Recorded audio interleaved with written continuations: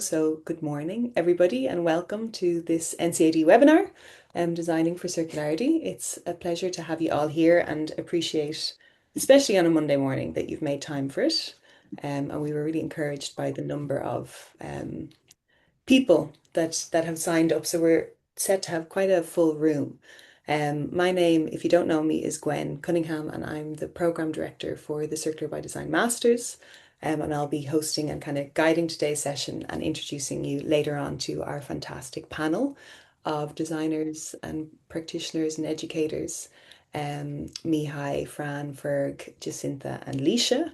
And as you will have seen, today is really for the benefit of DCCI members. So I know we have many of you in the room, which is fantastic, but also open to anyone interested in this topic. So I would love to invite you to just take a moment to share in the chat a little bit about yourself, to introduce yourself. I'd love to know, who are you, where are you joining us from, and yeah, what's particularly of interest to you as you step into this session today, because we can use that to kind of guide a bit of the discussion later on. So please do take a moment to just introduce yourself, and it will also help us get a lay of the land, and you might see some nice connections as well there that you can pull on later. I'm also delighted to have Tom Watts here from DCCI. So Tom, I'll just give the word to you briefly to say a few words of introduction.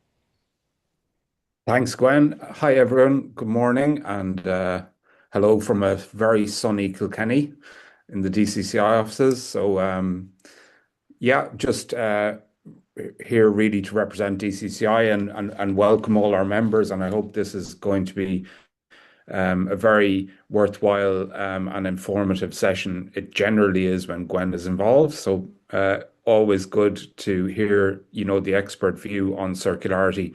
We've been working with Gwen for a few years now with regard to different projects, and it's always really informative to learn about, circularity from the really at the cutting edge of what's going on internationally. So hopefully you'll really enjoy the session, and we're hoping that everyone will be seriously considering signing up for this incredible course. Thanks, Tom. You're going to stay with us, I think, for the duration, so we might pull you back Yeah. in towards the end when we come back to the Q&A. A little bit of housekeeping. We are recording today's session, which you will have seen, so we'll make that available afterwards. To keep things flowing, just keep yourselves on mute, so the background noise is kept to a minimum. And we're going to have a Q&A at the end of the panel discussion, but please use the Q&A function in Zoom to kind of log questions live as they're coming up for you. And we can then, we'll have a little bit of a long list that we can directly pull from when we get to that Q&A moment. So I'm going to kick us off and just give a little bit of kind of context, I suppose, on the topic that we're looking at today, and a bit of a personal perspective on why it's important. We are looking at this question of circularity, of course, but specifically kind of the role of design and the designer in making the shift from a linear textiles economy to a circular textiles economy.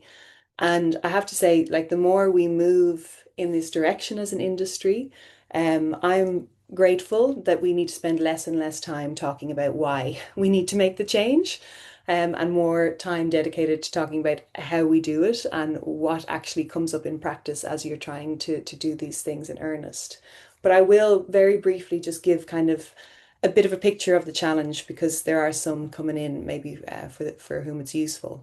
We know, of course, that I would say the textiles and fashion industry is kind of the poster child for the linear economy, not something that we should be proud of. But we have a system whereby, in large, we take, make, use, and waste, and also at an ever accelerating rate. Upstream, of course, fiber production is a land and water and energy intensive, and reliant on very finite resources, which, in light of kind of political situation at the moment, really makes you think about the volatility of the supply chain, because 97% of our feedstock is from virgin materials, and about 65% of that is synthetics at the moment, and that number, of course, keeps rising. And then we make huge volumes of stuff. We pass that critical threshold a few years ago, over 100 billion new items of clothing specifically made every year. And then we have 100, or sorry, 100 billion new items of clothing, but 11 billion people on the planet. So you might start to question what is the supply and demand kind of logic here. And then we use those clothes for increasingly short amounts of time, of course. The data at the moment is pointing to a reduction by about 50% in clothing utilization rates. So that's how long clothes are used before they're ultimately disposed of, has halved in the last 15 years only. And then we have this waste stage, this really complex end of use supply chain where by and large 73% of all textiles are going to landfill or incineration at end of life.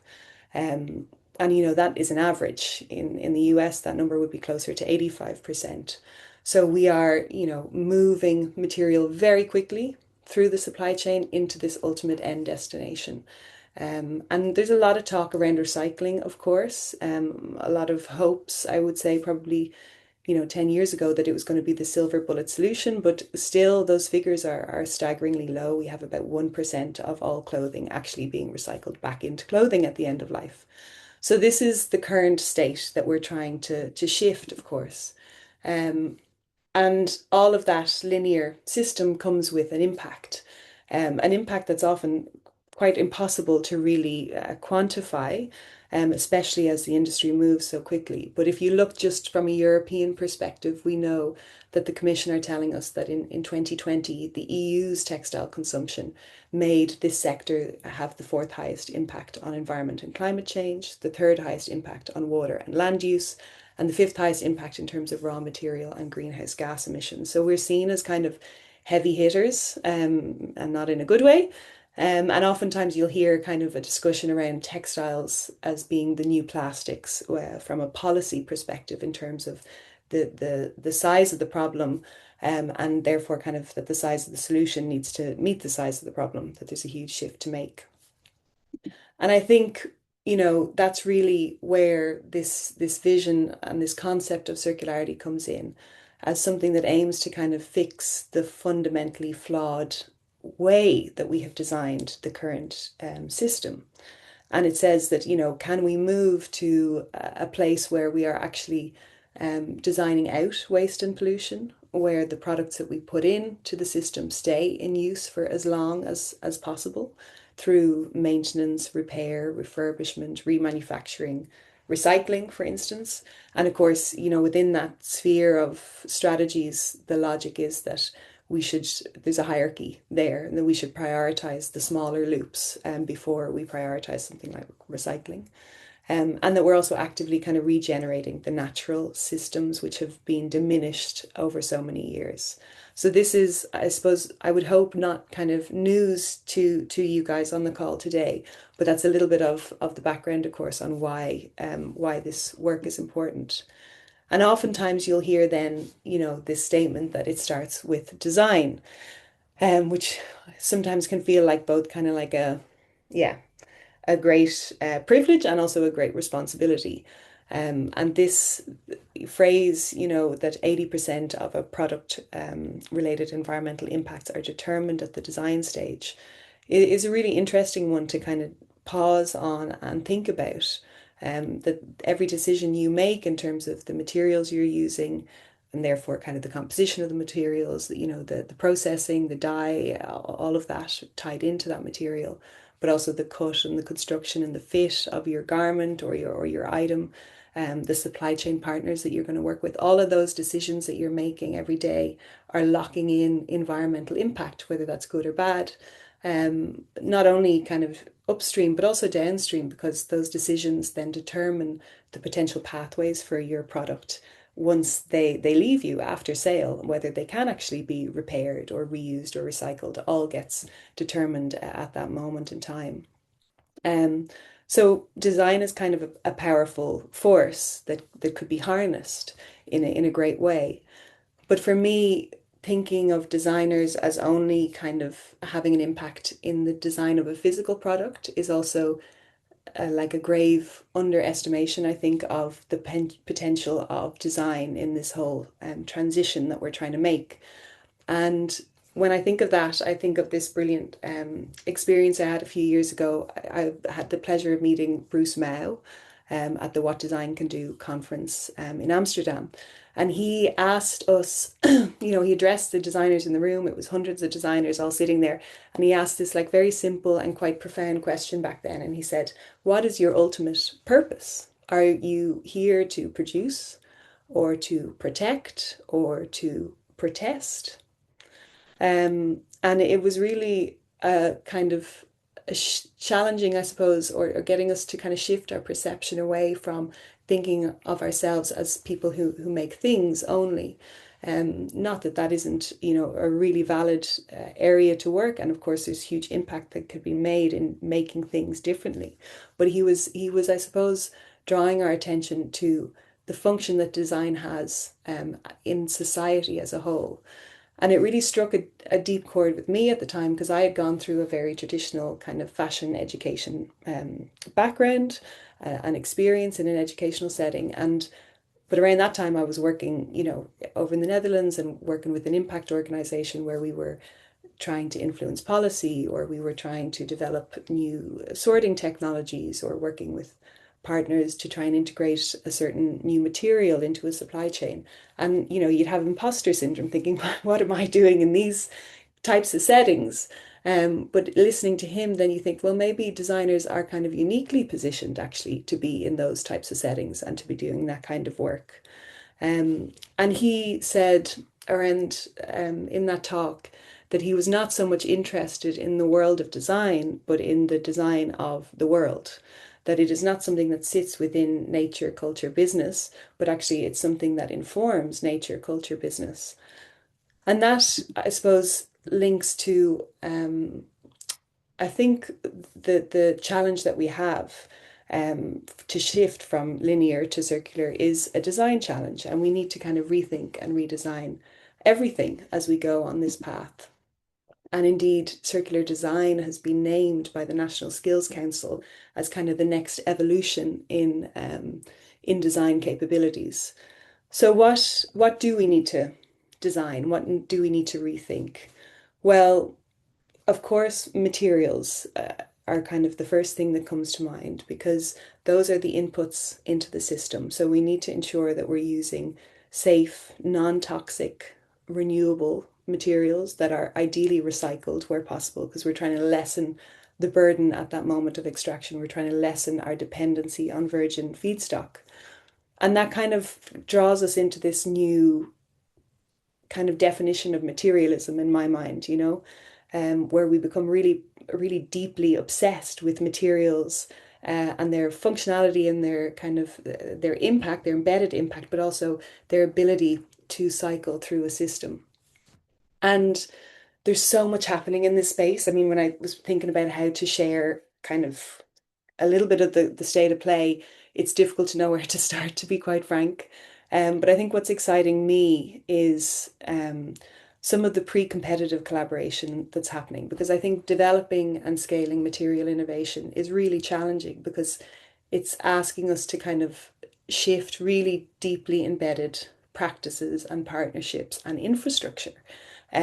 So how do we do that? Well, I think what we're seeing is a lot of pre-competitive collaboration where stakeholders from across the value chain are coming together to develop and test and try and kind of de-risk the adoption of new materials, but also kind of very well-known materials that have fallen out of favor for one reason or another. So some of the examples that come to mind for me, the Amsterdam-based denim deal is a really interesting one. It's a global pact between a whole group of brands, recyclers, manufacturers, and they're trying to kind of stimulate the adoption of post-consumer recycled cotton into denim. And they have set a collective ambition to shift 100 billion of their jeans into having a 20% post-consumer recycled cotton in them by 2030. So that's kind of an interesting one because you might say, well, 20%, is that ambitious? The answer I think is yes in this context because denim, well, has certain kind of a very obviously tight weave, but also certain type of durability criteria that you're trying to maintain. And so introducing mechanically recycled cotton, is a delicate balance, I think, to maximize the percentage recycled while maintaining the durability of the product. And if many, many people introduce it at a small percentage, you will have a huge impact. Then you have the Swedish wool initiative, which I've been watching really closely throughout the years, because you can probably draw a lot of similarities between kind of their wool crisis and some of the challenges that we're having in our own wool industry. They say that about half of all Swedish wool at the moment is being burnt or discarded. And they're trying to shift that. So they have developed a consortia that cuts across the whole wool value chain, and they have the ambition that no wool, Swedish wool, will go to waste anymore.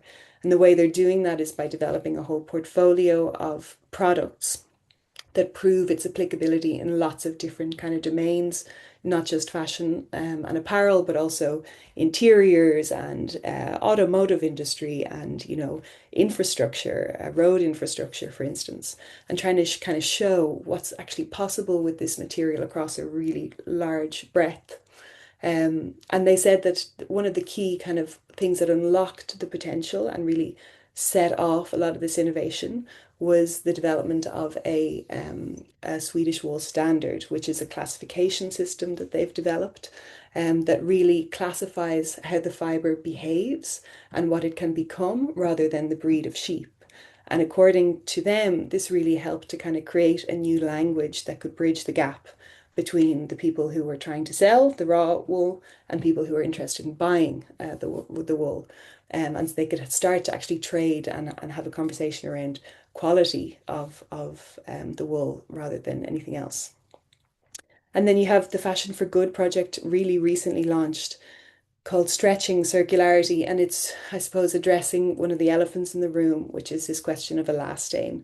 If you ask any recycler out there, they'll tell you that it's one of the biggest contaminants in their system. And it's a huge technical barrier to the circular economy in this sector. So they're trying to validate alternative bio-based and recycled elastanes that are compatible with circular systems. So this is just a flavor of kind of what's happening, I think, in the material innovation space. Then you have redesigning products, because material innovation is a great start, but how do those materials actually come together in a product? And I think here what we're seeing is a huge move on a very individual basis, where brands are starting to develop their own circular guidelines that give, some criteria and kind of set of strategies for their own internal product teams on what does circular design mean and how can we apply it and where should we apply it. And this is very positive. I would say the challenge and the risk here is that everybody comes up with their own definition, and we're not singing from the same hymn sheet. So this is where the ESPR will be really essential, I think, which we'll touch on later. But here, of course, there are kind of many different circular design approaches that you can have on a product level. The first is probably designing out waste, I would say. I would call that always the first kind of point of call. And that's to do with your processes in the design phase. For instance, we know that the use of 3D modeling can be really effective in kind of negating a lot of the sampling that needs to happen and getting straight to a final design quicker. But you can also think about offcuts and the post-industrial waste that you're producing and what you can do to minimize that, or maybe use it in different ways, or with collaborations at play. Elvis and Cress, for instance, are working with a lot of the major luxury brands to take their offcuts and develop products purely from those. But then you also have the question of durability and cyclability. Those would be the second and third kind of strategies that we would speak about a lot. And durability, first and foremost, we're talking about technical durability. How do you make products that last, that stand the test of time, that can endure wear and tear? But also this field of emotional durability, which can be a contentious issue, but I think it's a really compelling space. How do you make things that are, you know, invaluable and therefore indispensable to people because of the emotional connection that they have with them? So Turafu architects make these beautiful jewelry items that actually, the more you wear them, the silver wears away and the gold becomes exposed. So you're almost kind of waiting for the day that they start to diminish in that sense. Or Stefan Auberg and many others view kind of co-creation as a lever to employ kind of more emotional connection with items. If you can actually co-design and get your user to really engage in that way with your product, that you start to build up this relationship between product and user. From a cyclability perspective, you're trying to understand how do we design things that can actually be repaired and reused and recycled at end of use, and I kind of anticipate all the barriers to those things at the design, at the moment of design, and design out those barriers. So mud jeans, a classic Dutch example, they're trying to create these denim products that are mono-material, so that they can be mechanically recycled.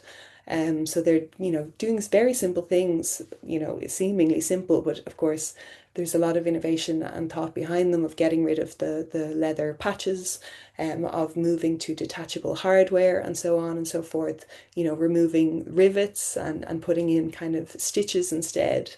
And all of these things make huge leaps in the right direction, uh, more so when it's collectively adopted, you can imagine, by all denim brands.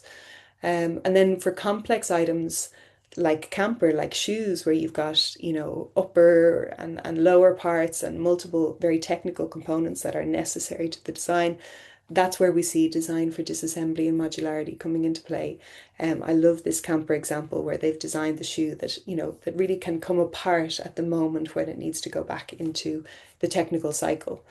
So there's a lot of work happening in the space. I would say it's very disjointed at the moment, very brand led, and we need a lot more kind of collaborative thinking on how do we, yeah, as I said before, sing from the same hymn sheet and develop some kind of collective standards and strategies. Then we have the question of systems design. I would always say that, you have to be realistic about these things and think that we can develop a jacket that's 100% recyclable, but it is recyclable in theory unless there's actually a business model and a system in place to collect the jacket at end of life, to sort it accordingly, to recycle it accordingly.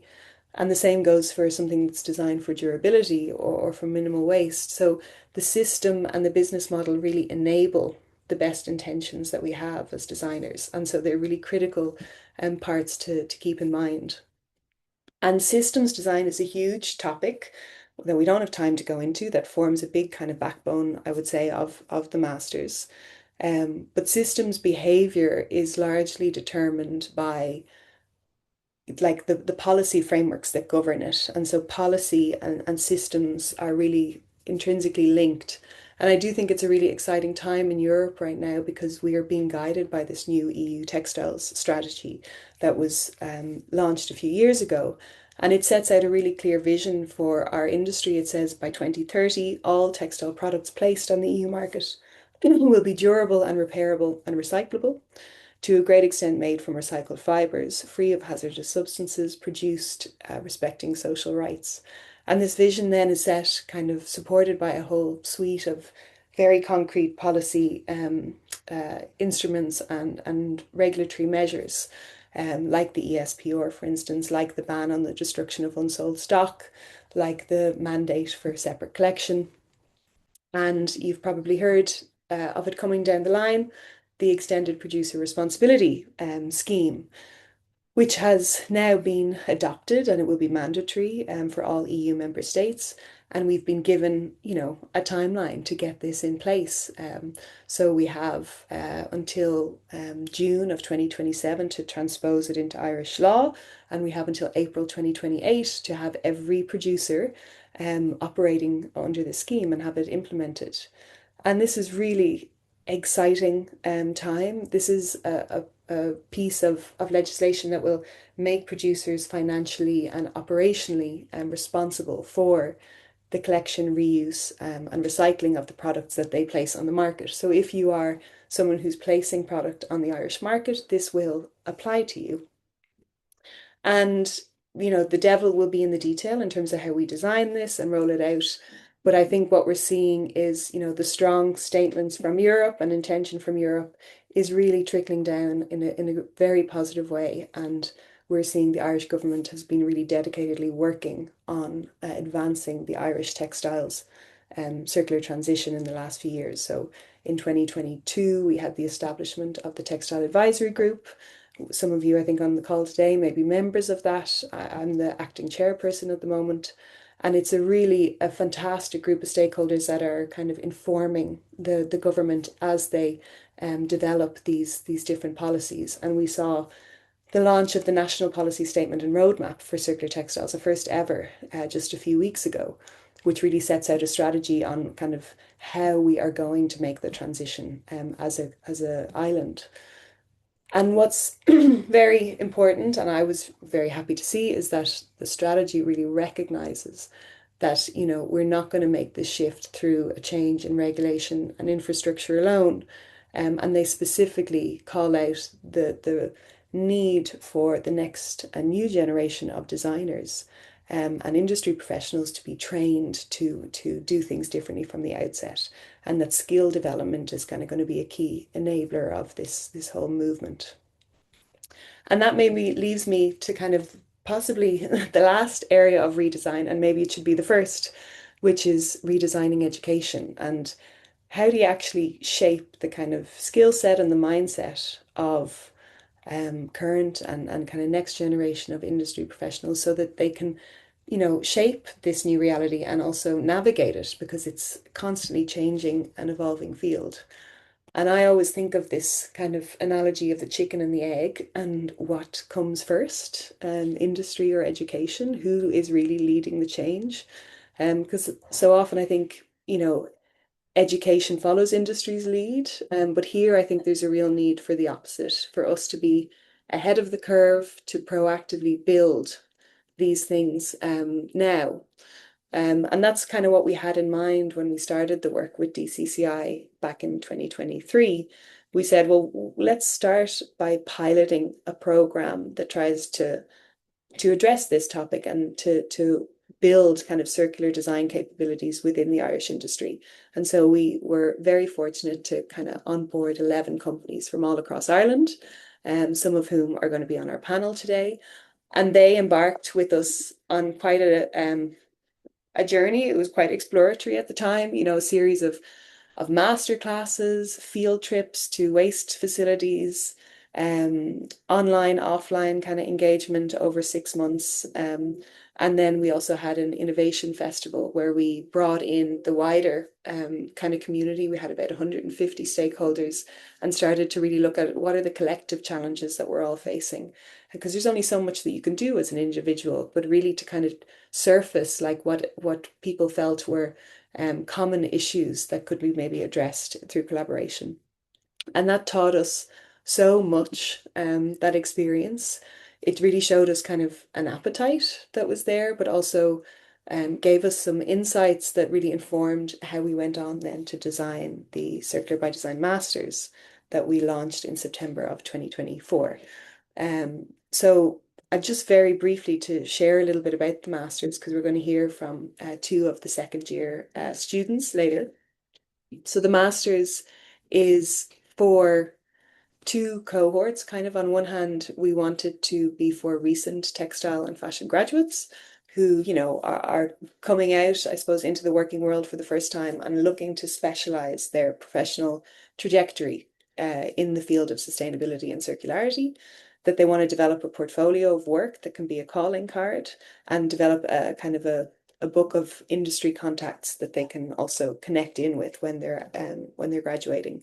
So that was one group that we had in mind as we developed, but we also had in mind kind of current professionals. And actually what we've seen is that the majority of people coming into the program would fall into this category. So this is designers and buyers and brands or manufacturers already working in the industry, but looking to kind of upskill or reorientate themselves in their career or their brand in this direction. To understand kind of the latest concepts and theories, but also innovation and trends and regulation coming down the line and how it could and should affect them. And also to build a community of like-minded peers. It was one of the big learnings from the pilot is that this was a real need in the Irish landscape. There was so much reflected back at us that had to do with just people feeling very alone in their interest in the topic and not being able to find each other. So how do we start to build this kind of community of practice as well? So we're finding, as I said, most fall into that second category, although we do have people coming from other disciplines and areas like data backgrounds or developmental aid or communications and branding, who are then applying their skill set from those domains to kind of solve the problems within the fashion and textile space. So that's the kind of group we're speaking to. I just want to draw attention to kind of three things that were, I suppose, top of mind for us as we designed this program. The first was I wanted to have an accessible delivery format that could work for both of those cohorts. So we deliberately built it so that it would be part-time and hybrid. So that means in practice that there's about a 20-hour per week kind of time commitment needed.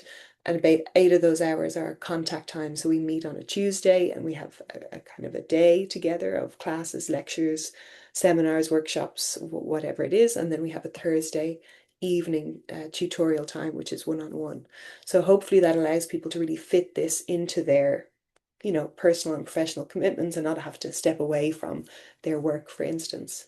And that was also the thinking behind having it hybrid. So we actually only meet in person once every 4 weeks, and the rest is delivered online, and that's allowed us to reach a much wider group of people. We got, learners who are out in West Kerry or up in the north or even in London, and they can still hopefully engage easily with the program. So that was one thing that was in mind for us. The fees, are kind of, I would say, in line with what we see with masters, but it is worth mentioning that there's a scholarship available for the coming year, that will, make that a little bit more doable for someone, hopefully. And we'll come back to it later, but the applications are open at the moment. If people are interested, we can have further discussion one-on-one. Would really encourage that. Um, the second criteria that we built in was really to take a very holistic understanding of circular design and hopefully build out kind of a very broad and deep kind of set of knowledge and skills with the people going through it. So as I mentioned, it's not only touching on, materials and product design, but also looking at circular business models, circular system design, and also kind of the soft skills needed around behavioral change, and also how do you um, really lead in this space. So we do a lot around in the first year, especially around leadership competencies and understanding, what are those kind of softer skills that help you to play a role in the transition more broadly. And those topic areas really inform the structure of the program. So every trimester we have a different focus, whether it's materials or mindsets or business models and so on. And hopefully that means that the graduates are coming out with a really, as I said, broad and deep education in the space. And then lastly, something that was quite close to my heart was to have it be industry informed and not industry led. I've worked in different universities through the years where the role of industry can sometimes eclipse um, I would say, impartiality of a program. So I was always thinking, how can we develop a curriculum that can be informed by current industry needs, but maintain its kind of integrity and its critical thinking, and give space to kind of the nuance that I think you need here. So we've tried to, build a lot of real life project partnerships over really deep sponsorships or awards or scholarships that still allow us to have work with industry but not for industry, let's say.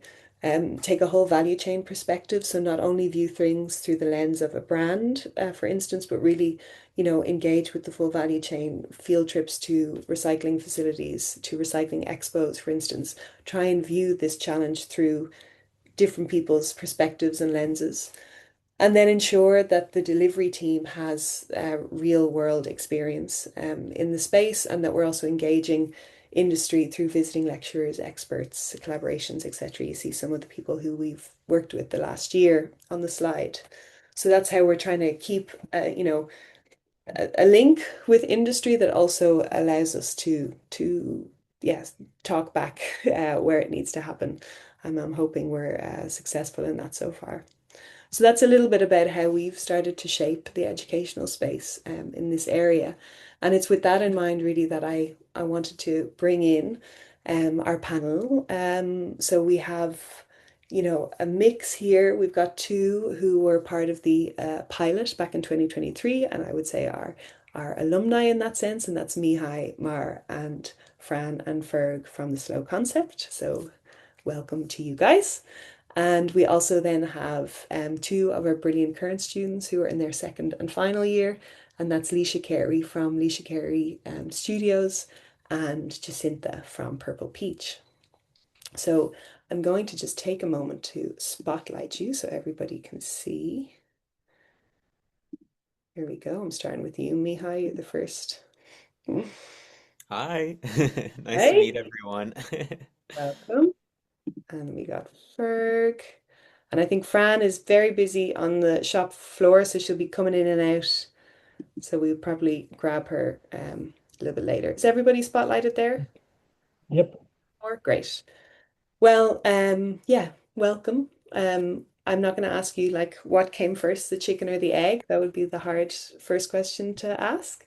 But maybe what I'd love is just to hear, that was a very quick fly through of a lot of big topics.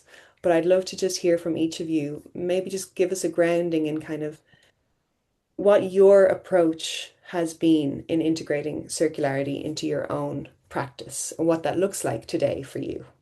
And that'll give people a bit of a sense of who you are and what you do as well. So maybe I'll call on you, Mihai, first.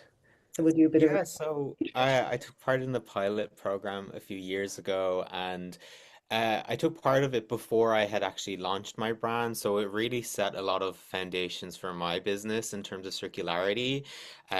During the pilot program, I really looked at emotional durability. So how can my product's life be extended for even longer? So for me, it really shaped like my core values as a maker, and then it also helped me in terms of like designing for longevity.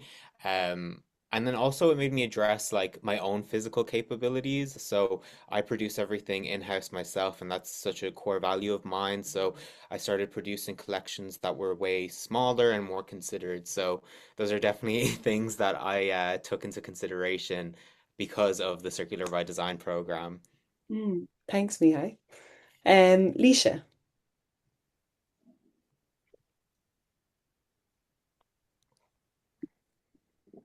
Leisha? Hi. Hey, Um, Sorry if there's a little bit of background noise. that's all. Everyone.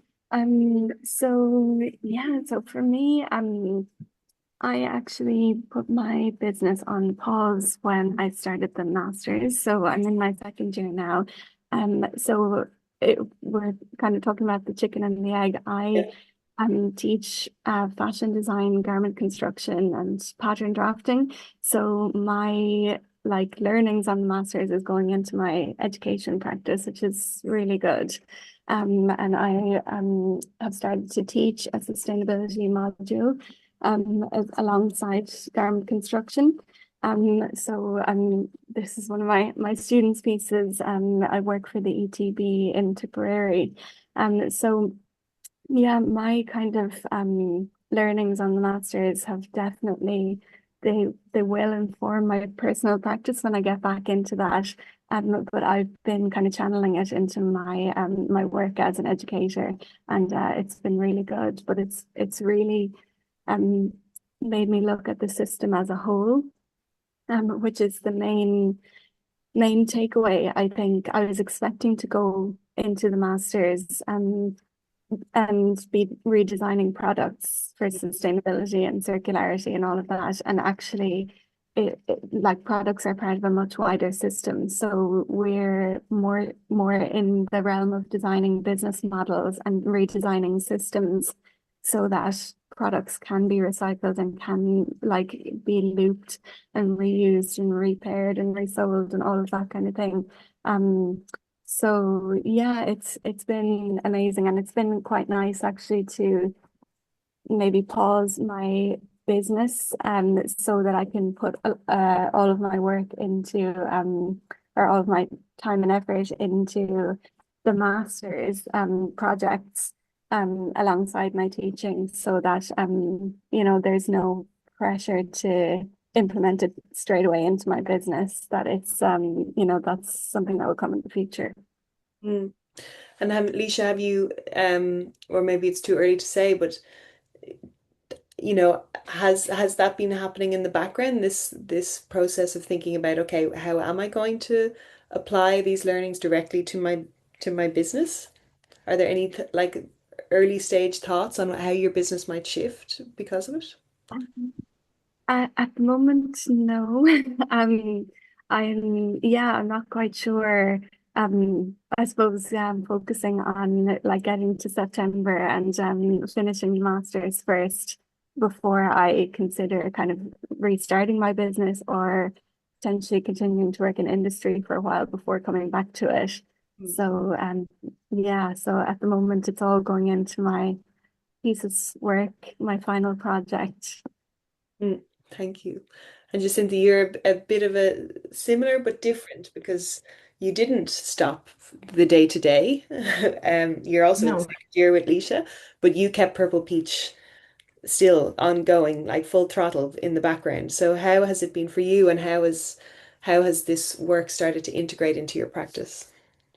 Well, it's been very busy and learning a lot. Really, really glad that I'm on the course and happy that I've done it, and definitely do not regret it in any way.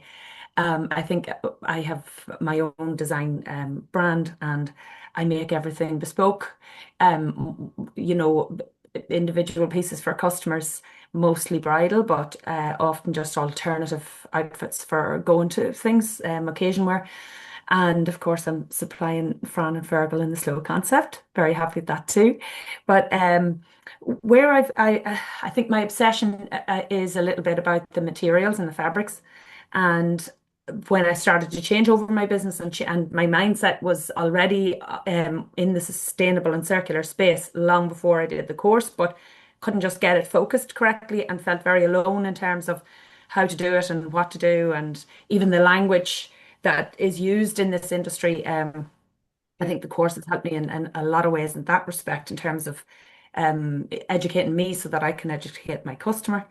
And then I sort of, first of all, just started changing the fabric and the materials and how I discuss that with clients, very much on a one-to-one level. But my obsession was sort of bio-based fibers, such as wool.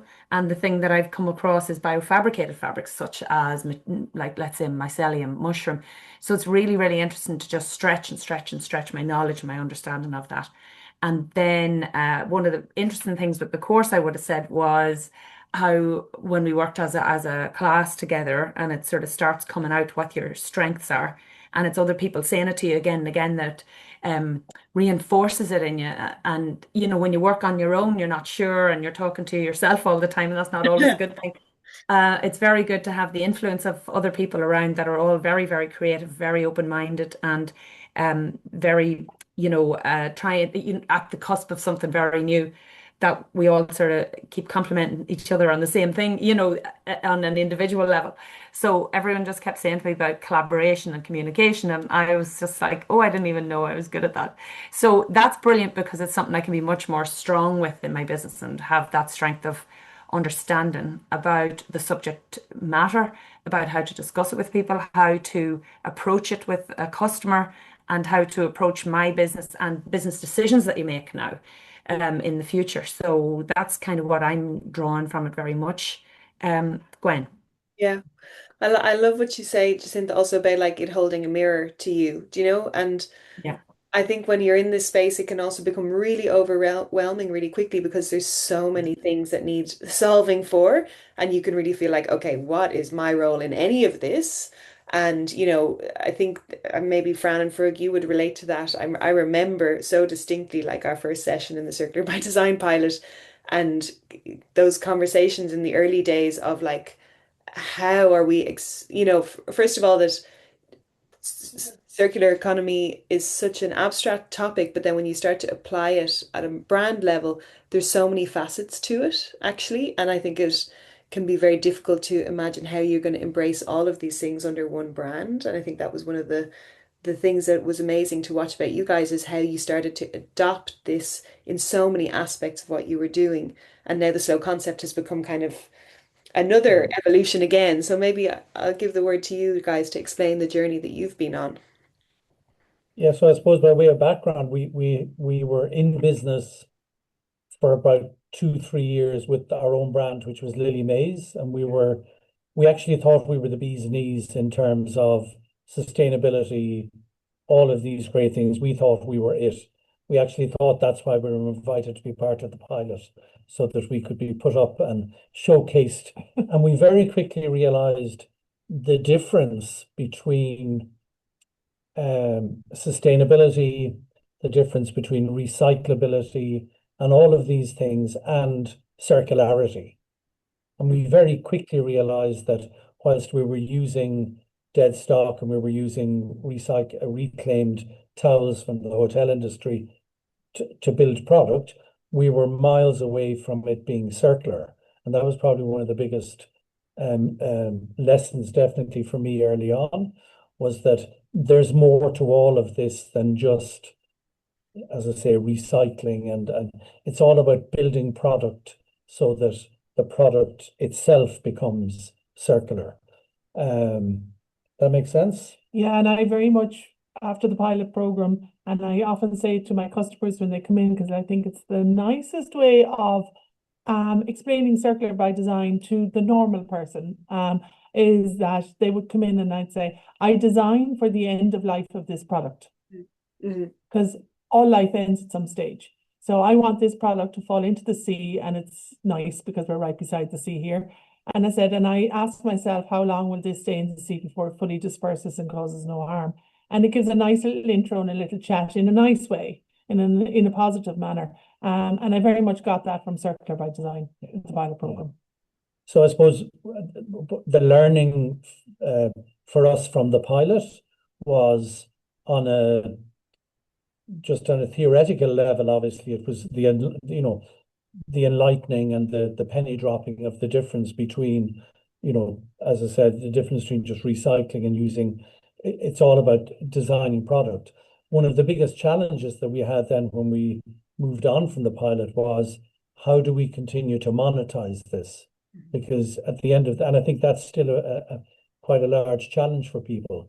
Yeah. It's fine to be saying that we're trying to do things and we're trying to do things right, but at the end of the day, we need to sell product and we need to make money, and that remains one of the issues that we have.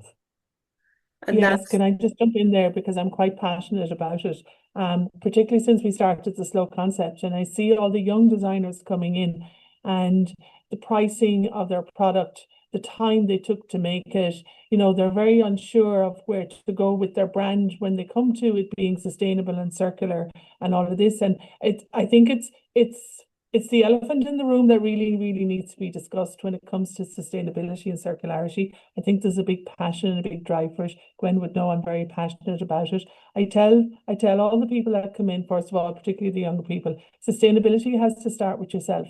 You have to feed yourself, you have to clothe yourself, you have to house yourself.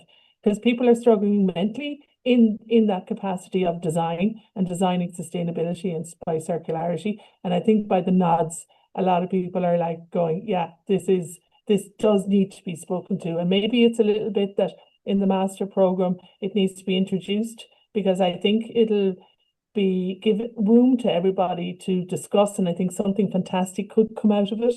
A lot of good ideas about it, and also a sense of support, and maybe looking at how you brand your items and how you market them. We're not branding to scale, or making to scale, and recognizing that that's okay. You don't always have to be growing, growing, growing in order to be successful. You can be very successful at that scale. In order to be circular and true, I think you need to stay small and you need to have a small scale. So. Thanks, Fran. That's a big topic in and of itself, and I do see nodding. So I'm gonna just maybe open the floor to Leisha and Jacinta and Mihai to respond to that call for, yes, the sustainability of yourself within the brand and how important that is. Yeah, it's very challenging. So I was like, yeah, when you were talking, Fran. Yeah, it is really tough, and you have to sort of realize that, a lot of us are sole traders. So I think a really important skill that we need to have is patience because, we all want to kind of get better with our products, make them more sustainable and everything, but it is such a broad spectrum. So yeah, I think patience is really important to have as a sole trader, and then again, like a willingness to learn. Um, like I would never say my products are 100% sustainable because there are aspects that always need improving. So yeah, that's just my 2 cents really quickly. Hmm. Alicia? Yeah, I would definitely agree with everything you were saying. I suppose like one of the main reasons that I did put my business on pause when I started the masters was to just focus on the more stable income that comes with teaching and doing different types of work while I was studying. So yeah, it's really, really tough when you're a sole trader and you're trying to scale slowly and you're trying to keep things small and handcrafted and considered. But it means that the scaling is really, really difficult. And there's a lot of compromises really that you need to take into consideration if you do want to scale. And that's definitely something that I'm in the process of working through now. Over the past 2 years of being in the masters, what compromises need to happen because my brand was all made from vintage and recycled textiles and lace and different things like that. And that's only scalable to a certain extent, especially if it's all handmade by me and I'm just a one-woman show.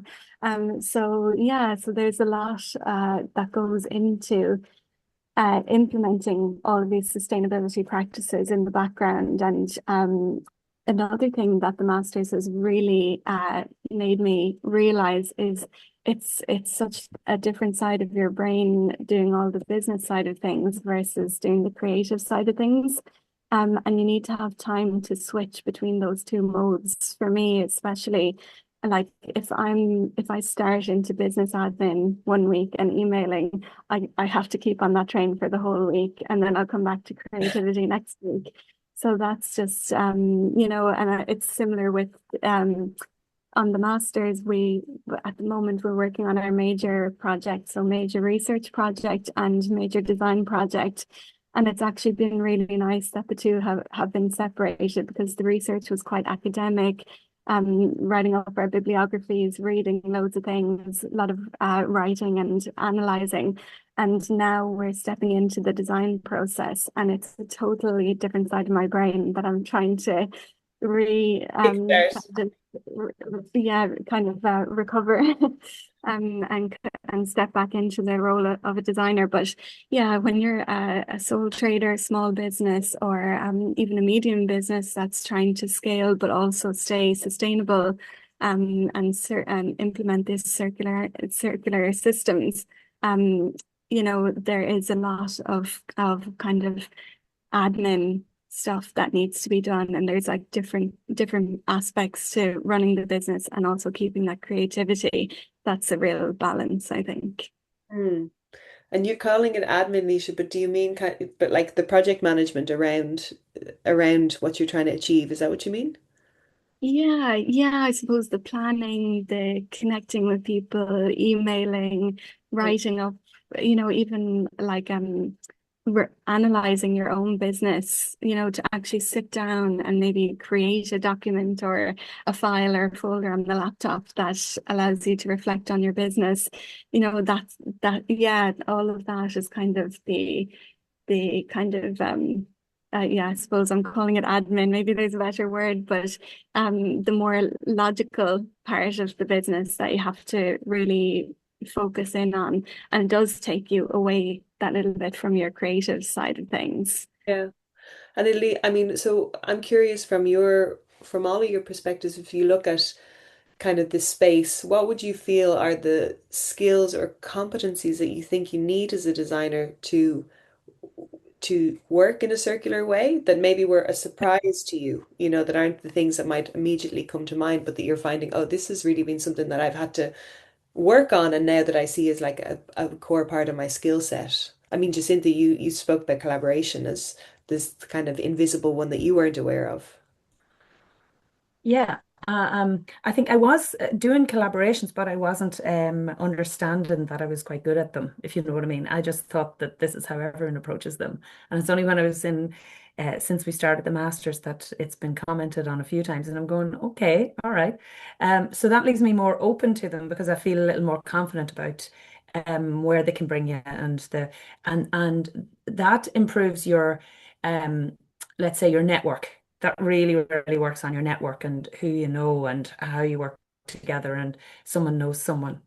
Can you give And actually at the minute a collaboration that I did about 2.5 years ago. Yeah, I was doing costumes on a movie and now that movie's up for an award for actually up for an award for best costume designer for it, which is fantastic. And that definitely was not something I thought. I was just collaborating with I didn't get paid for it. I was just doing someone a favor to do it. I actually thought I was I thought I was coming in to help the designer. So on the first day when I came in, I was like, so who am I helping? She's like, no, you're not helping. You are the designer. I was like, oh shit. Because for some reason, that's not what I thought was happening. But I took to it fine and got over it, Gwen, got on with it. But now it's nice to see that because I think there'll be some street cred that will come with that. And again, of course, that's not financial. And it's the same thing as what you were saying, Fran. That doesn't put money in your bank account. But at the same time, when I'm feeling much more open at the moment, Gwen, for all of the experiments and all of the things that are happening to just sort of let them happen and let them settle. And exactly like what Leisha's saying, September is my cutoff for sort of, keeping that really, really not keeping an open mindset. That doesn't end in September, but decisions have to be made by September.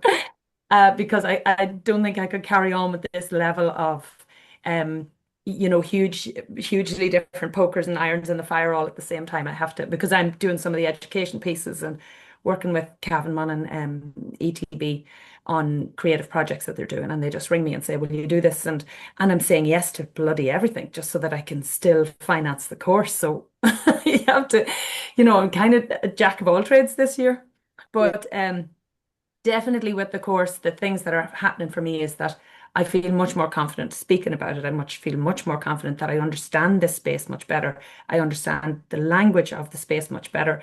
And I feel, that if someone asked me to do something in that space, I'd be much quicker to say yes to that because I'll sort of feel, well, even at worst case scenario, I'll go back to my notes from such and such a project and I know that we discussed it before. Even if it's not fresh in my head, I'll say, I'll go back to those notes, I'll go back to that project, I'll refresh myself, and now I'll go and speak at this thing or do whatever job it is someone's asking to do. But definitely the collaborations, I think it's important for everyone within this space to keep their minds open to those things. And I often email and message and DM people on Instagram and go, do you fancy doing something? And I don't go at it from a monetary perspective, but I'm going to have to. But at the moment, it's great to I think people are much more open as well, that if you approach them and say, I'm doing a master's, and that's your first opening line, and then you explain what it is you want to do or what information you want, people are way more open than if you just go, I'm a designer and I want, and then they're going, I haven't time for that. Whereas if you're a master's student, for some strange reason, people seem to be much more willing to share their knowledge, share their experience, and go, yeah, that's fine. I'll talk to you. I'll help you. Things that I didn't expect at all have happened in the last 2 years. And I do think the comfort of being able to say, I'm a student first, because it doesn't sound like you're asking for charity for your business. It's more, I'm just after your knowledge. And then they're like, yeah, no, and no problem. And then you're in with them and there's suddenly a contact. And then they're contacting you for something. And suddenly they're much more of a professional contact then. Suppose there's like a certain level of neutrality or something that comes with being a student. Like there's not Yeah, you're not leading with the commercial interest or aim. right. The aim is learning, and Yeah, also helping them to learn. Because I think what I've seen from your work, Jacinta, is that you're creating these collaborative projects where everybody is benefiting, from the collaboration. And I think yeah, it's often one of the frameworks we work with in the program is this disrupt framework, which talks about these key strategies for circularity, and collaboration is specifically called out as one of them alongside things like design and technology. And you know it is a skill. So you have it quite naturally, Jacinta, and I think we try and build it in to the program as much as possible. Because you know, none of this is going to happen without it, and we need to talk not only amongst ourselves as designers, but then also to parts of the supply chain that we're just not used to speaking to, and they might have an entirely different agenda and perspective, and we're having to find kind of common lines between them. And in the Netherlands, where I was working for many years, they even had this specific name that they called out of the what they called the network orchestrator, which is this person whose sole role it is to develop collaborations within the supply chain, and that was like a key um, kind of a role that they would hire for and create within supply chain transitions to help the collaboration happen because it's hard. It's really hard. So I Yeah. really hear you. And I I also think, Gwen, that I find that, let's say, I'm considering Leisha because she's here, and I've worked with Leisha on a few projects, and I'm fascinated by your skills, Leisha, that are so completely opposite to mine because you're so detailed in your, as you call it, your admin work, and I'm so bad at that. So I do think you very much within our class group. I find everyone fascinating and I find their strengths fascinating. And I just think I'm learning from you, I'm learning from you, I'm learning from you. And hopefully I also give back. But definitely I've gained so much from spending this time with that group for sure, including yourself, Leisha, and Gwen, of course.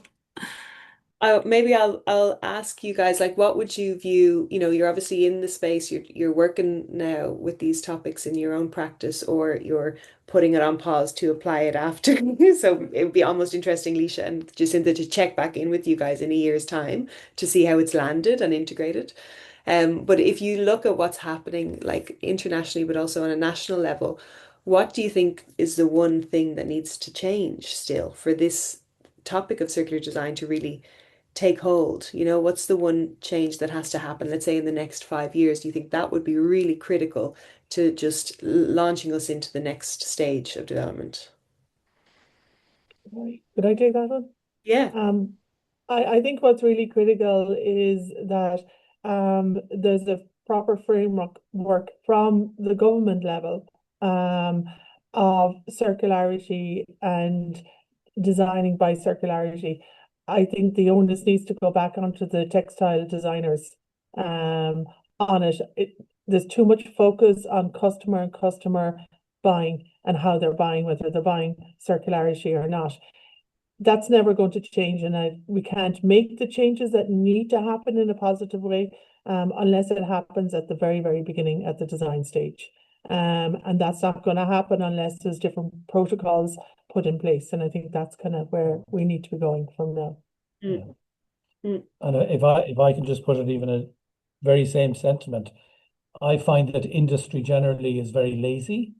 And industry generally, it doesn't matter what industry, it's white goods, it's the telecommunication industry, it's the fashion industry.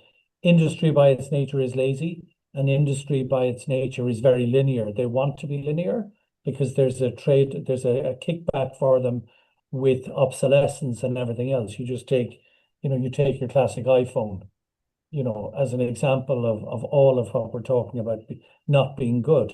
And I think to Fran's point, at government level, sorry, the decision, the driving force to change all of this, whilst we can get it coming from the ground up, but the real powerful one will be from the top down, mm, where it becomes de rigueur, it is the law that when you produce something, be it a white good, be it a car, be it textile, be it a jumper, whatever it is, that it has to be designed to be circular. And until that really happens, for me, we're not going to see those sea changes. mm. Thanks. And we'd also like to think as part of the slow concept that we're starting from the ground up, because our first point of call is that it has to be made in Ireland, and that's our criteria for being able to stock here with us. And Mm, it's just our only way right now of getting to that circular. We're not, we will only stock a circular brand, but the fact that it's being made in Ireland on a small scale makes it heading towards that circular nature already. So it's the one way we can contribute, but it's small. But you can see by the customers coming in already the effect that it's taking. It's like, oh my God, actually everything is made here in Ireland, and they're loving it. They're absolutely loving it. Not only are we protecting a very, very strong craft industry in Ireland, but we're also championing it, and people are beginning to see it in a modern way, which is something that I just love. Mm. And thank you, Fran. And I see an encouragement there to just drop questions in because we're going to move to a bit of a Q&A. Thanks for that. What about you, Mihai? What's the one challenge? If you were president of Ireland, president of Circular Textiles in Ireland, and you got to say, this is what we need to really hone in on the Yeah. next 5 years. Yeah, so very big question. But I would definitely say like policies have to change. If policies could change to make fast fashion more expensive to produce, and if there was maybe incentives for designers and consumers to support and purchase local producers, I think that would be really beneficial for us and for the environment. Um, Another thing that just is so random and so small, but I feel like the thrift industry has become really like premiumized, if there's probably a better word. And I think that's discouraging like the general public from purchasing thrifted items. So that's something on a small scale that I would love to see in the next 5 years. That's interesting. I mean, we could spend another hour talking about that observation. That's a really Yeah. interesting one. But both that's it. So both of you are kind of saying actually we need more of a level playing field when it comes to Mm, pricing and like a true costing of what's now the low value fast fashion market. And Mhm. on the flip side, maybe also incentives to make, the high quality domestic product more accessible. Leisha, how about you? Yeah, definitely. We recently did a workshop on the extended producer responsibility kind of legislation that's coming in across the EU, and that is going to be huge, and it's going to mean big changes for brands. But I think aside from that large scale, like bringing it back to small scale, Gwen, you mentioned building a community of practice at the beginning, and I think like there needs to be more communities where people can get together and say, okay, this EPR thing is coming in. What is it? What are we going to do? What Yeah. can we do? Who's going to help us do it? And I think that's what everybody misses and is wanting. I think like people have such an interest in circular design, in sustainability. They want to do it correctly, but who do you ask? If you have any questions, or Yeah. I think everybody does kind of feel like an island trying to work through it on their own, and that's why the slow concept is fantastic. And I know Dublin Independent Fashion Week have strong sustainability values, and yeah, so and obviously the Design and Crafts Council and MCAD, so there are small communities popping up, but I think we all need to like really try and come together more and talk more about how can we Yeah. how can we implement these things together and help each other. Yeah, and I mean, you were just reflecting that the first time you met Fran and Ferg was at the Innovation Festival, which was one of those kind of lightning kind of rod moments where we found ourselves all in the same room and people were saying, we've never been in the same room like this before with collectors, sorters, charities, recyclers. I would love, Leisha, I would upvote. I'd vote for you if that was if that was on the agenda. I love that addition. Thank you. And just Watch this space, I would say. okay. Jacinta, how about you? Well, what I'm finding just on the ground, I'm thinking of the ground up as well. And I do agree with all of you. My God, it all has to come from the top down. But I always try and think of it from the perspective of, well, what can I do? What can I do? I'm only one person. What can I do? And what I'm getting a lot of interest from people locally is skills, upskilling, just their skills for sewing skills, design skills. How can I make something? How can I put something together? How can I fix something? And that's one sort of section is the kids wanting to know that, teenagers wanting to know it, and then you have the parents. So an awful lot, I've got a mother and a daughter both wanting to come to a class and do something. So I'm looking into the idea of maybe starting some sort of upskilling school that won't matter what age you are or what it is that you're planning on achieving, that you can just come and just learn whatever I can teach you, or that you can teach each other while you're in that group. So it's like that, but I think what I'd love to see is that this wider type of conversation happening within that group of people so that you've got more of a push from the ground up looking for what we're talking about needs to be delivered from the Mm. Yeah, I know, because it can be a bubble, huh? And that's what I hear you saying is how do you excite interest in this topic with like, Joe Blogs on the street? And I often think of, the whole campaign when we were going through, various different movements in Ireland the last few years, and there was kind of a common refrain of like, talk to your granny, like how do you get Mhm. this around the dinner table, that it's a common topic of conversation. And I think what you're talking about, like repair cafes, clubs, community action, is a really interesting avenue and isn't called out specifically in the government's recently published textiles strategy as an area for action at primary level skills development, textile skills development. So hopefully you're not alone in that, Jacinta. I do want to open us up. But I would also say, sorry, Gwen, I would also say that these initiatives, they need to be funded in order for them to get successful. They need some kind of funding, ground basic startup. And this is where we call in for government supports. If people like Jacinta, and there's a couple of people out there like you, Jacinta, trying to do something like that, and maybe it's a group that needs to be formed Yeah. together, but that, and because there's power in numbers, and maybe then a committee can be formed and they can go to the government and look for funding, saying we are trying to bring this in, and it's those kind of initiatives, and with the help of DCCI bringing forward those kind of thought processes, because as we know, there's no connection in going in onto government level, chatting for funding, unless you're part of a group. Yeah. Unless you have a formation or a group, you won't get in there, so just food for thought. Thanks, Fran. I'm going to open us to the uh, Q&A, and I don't see any in the chat. So maybe, I mean, it's just a meeting. We're not in a webinar format. So I just invite you to, if you raise a hand and you can unmute yourself, then we can take a few questions before the end of the session. Maybe to do with people's individual practice, with topics we've covered generally over the course of the webinar, or maybe your own responses to some of the questions that I posed. Please don't be shy.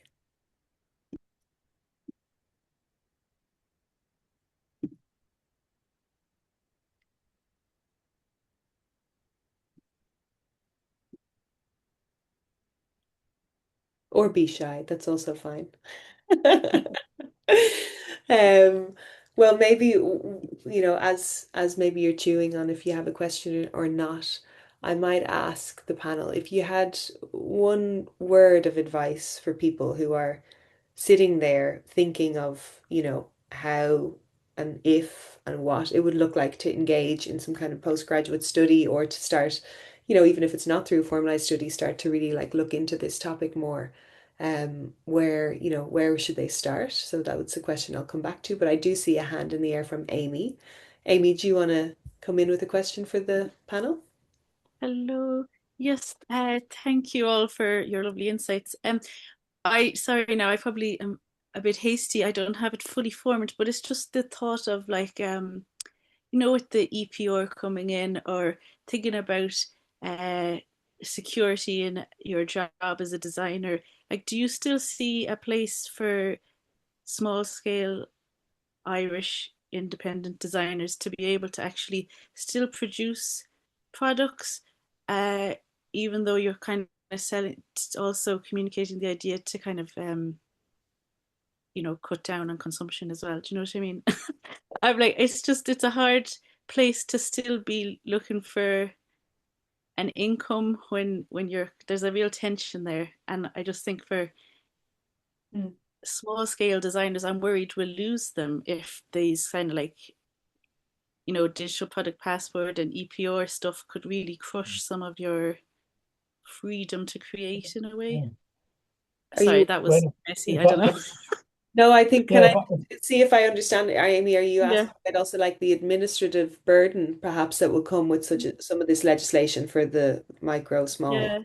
Yeah. I'm just worried we'll lose the talent, the mm. small scale Yeah. talent. Erg, I hear you there. Yeah, Yeah, jumping at the bit. Thanks, Amy. I passionately believe we won't lose them, but I think we're at a crossroads where there's, with all of the legislation that's coming down the track, Yeah. also with all of the mindset change that's beginning to happen at a grassroots level, and we see them every day here with customers who 12 months ago, 2 years ago, sustainability or fast fashion wasn't even understood by them. Now that's beginning to change. So I think that there is a mindset where people want to be involved, want to purchase products that are slowly made. And I mean slowly in the sense I think we all understand that they're slowly made.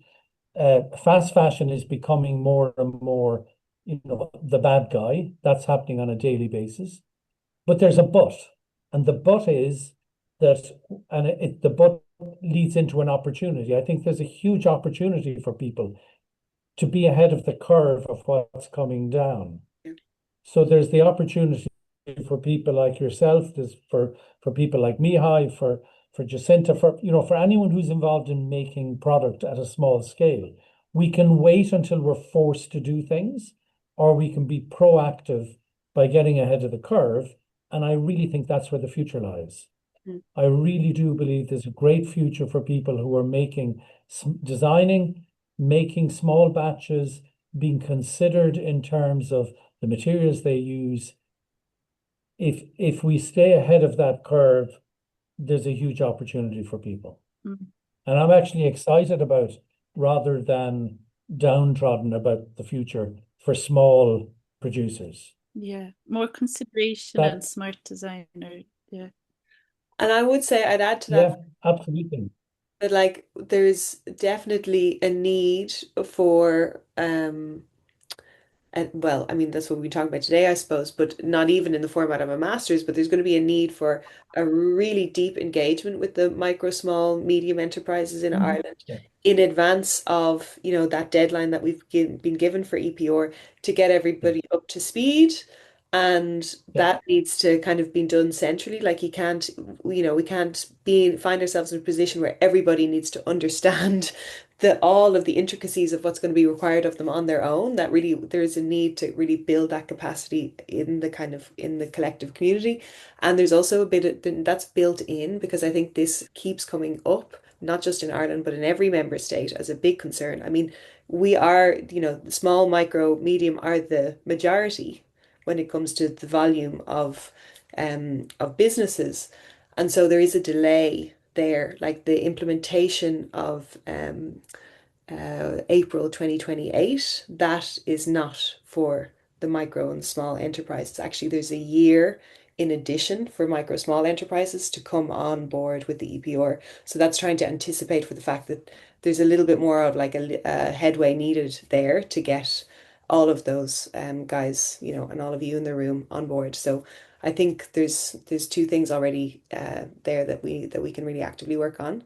Um, Thank you, Amy, though, for that thank response. you. I think I just revealed my panic, but anyway, No, we're it's good. fine. Thank you. Um, All good. and that's where, honestly, that's where the likes of DCCI and stuff will really play a big role, I think, in getting the right information out there at the right time so that it's not a panic state, but everybody feels really kind of brought along in this process. And to be honest, that's also going to be happening in the consultation phase because this EPR needs to be designed. I mean, it's been mandated by the EU, so it needs to happen, but the devil is in the detail, and there is some level of kind of creative agency that every member state has in how they transpose it and what the exact flavour will look like for Ireland. And that's not going to be designed in isolation in a ivory tower.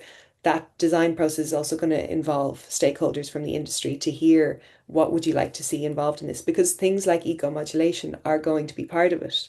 So if you're putting better products on the market, you will pay less of a fee into the EPR scheme. But what does better mean? And all of these types of things need to be ironed out.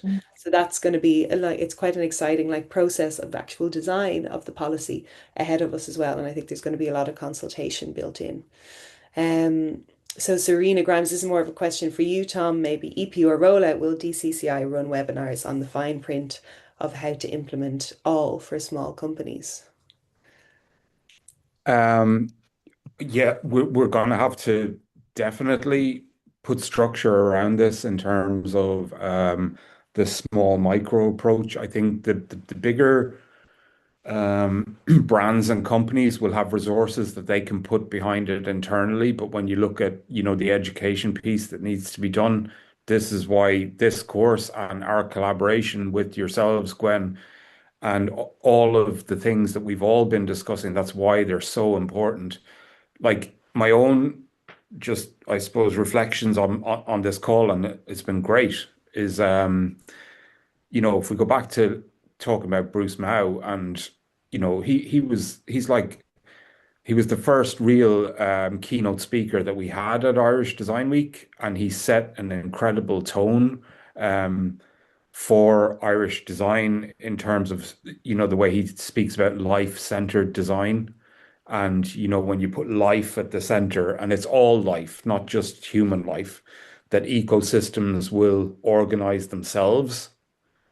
I think this is your prime example. Like the group of that we have on the call here and the group that have signed up for the recording are a really active, proactive group, and they have been since day one. And I know that kind of the first real revelatory experience I had, Gwen, was when we were doing the judging on the Irish Business Design Challenge the first year, and just going into that room when we were looking at all of the companies, and a lot of you had entered that year, and we were looking at what real circularity means when it's applied to businesses, small and micro businesses. And it was so meaningful. It was a really huge part of the competition for me. And that has kind of made me realize that really circularity,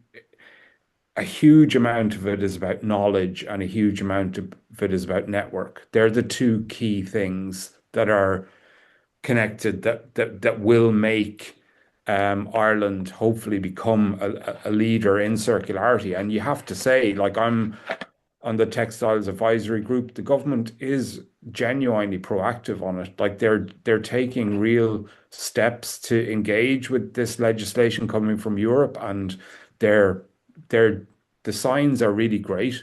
So I would say that it's important for everybody, Mihai, Leisha, all of you, to realize that it's you're pioneers. Like you're actually pioneering something that is really hard to figure out. And that's, Leisha, when you say putting things on hold, to actually try and just take stock of everything that's involved in the course, so that you can distill that down to come to some kind of conclusion at the end of it. That's a really smart way to do it. And I just think, like,